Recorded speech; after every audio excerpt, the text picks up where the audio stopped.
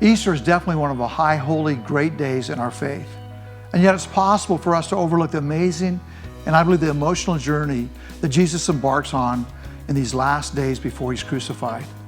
And so this week, as we get ready to celebrate Easter ourselves, let's take a look at the journey on the path that Jesus walks during his last days on this earth.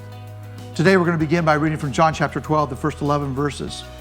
6 days before the Passover, Jesus entered Bethany, where Lazarus, so recently raised from the dead, was living. Lazarus and his sisters invited Jesus to dinner at their home. Martha served. Lazarus is one of those sitting at the table with them. Mary comes in with a jar of very expensive aromatic oils.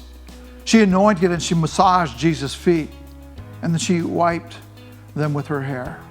The fragrance of the oils, they filled the house.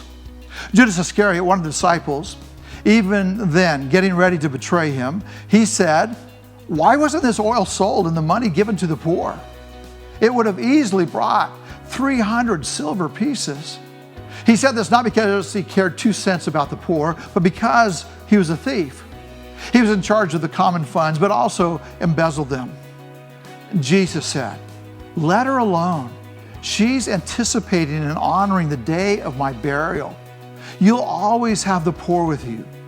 You don't always have me."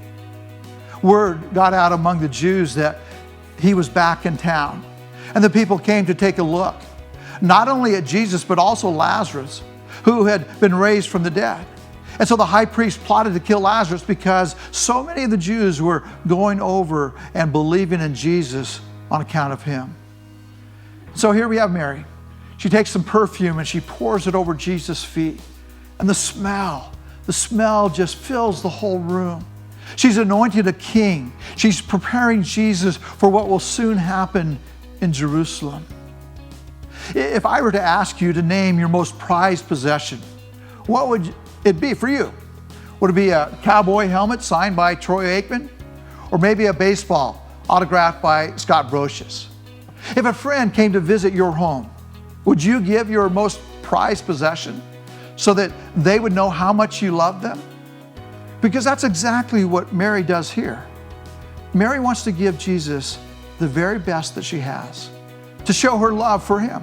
And so the perfume is the very best thing that Mary has to offer.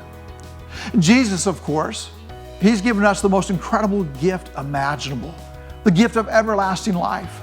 And while it's free, it's very costly. It cost Jesus his life.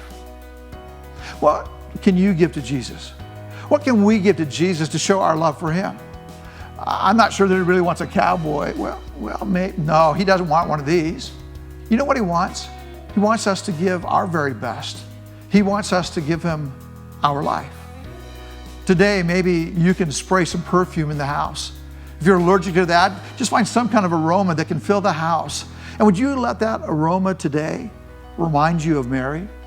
Or better yet, remind you about what you can give Jesus today, the very best. Hope that you'll do that today.